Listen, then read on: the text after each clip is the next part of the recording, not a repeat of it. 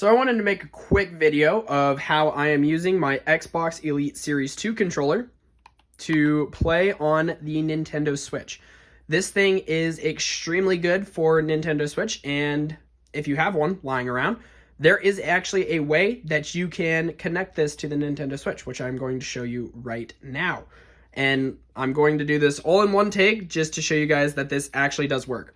So essentially what you're going to do is, if you have your Nintendo Switch underneath the TV here, you're going to get a little USB dongle. This is the 8BitDo 2, and this is what's going to allow your Xbox controller to link to your Nintendo Switch.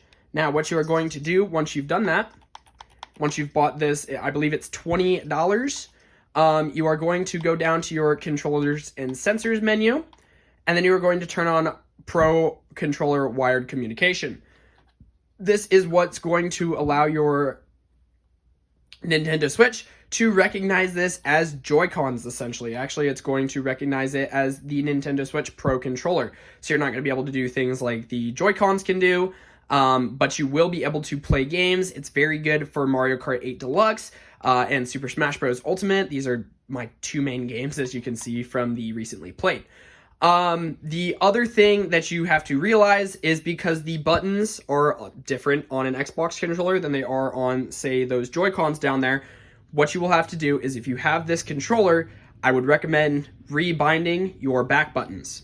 What you can do with these controllers is you can actually swap the buttons. So what I've done with this one, and this is why the button is actually glowing red, it's on my second profile, which is specifically made for my Nintendo Switch, in which the A and B and X and Y buttons are flipped. And that's also for those back paddles as well. So it is literally like having the Nintendo Switch Pro controller. It works exactly the same. I have a friend, he has the Nintendo Switch Pro controller. It works exactly the same. Actually, mine works a little bit better. The nice thing about these controllers is they do have Hall Effect joysticks, so these will never get stick drift.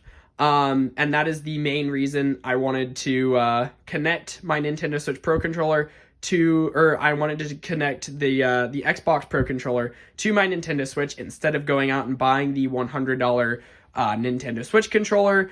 I believe that also does have Hall Effect joysticks, but it is not as good as, this.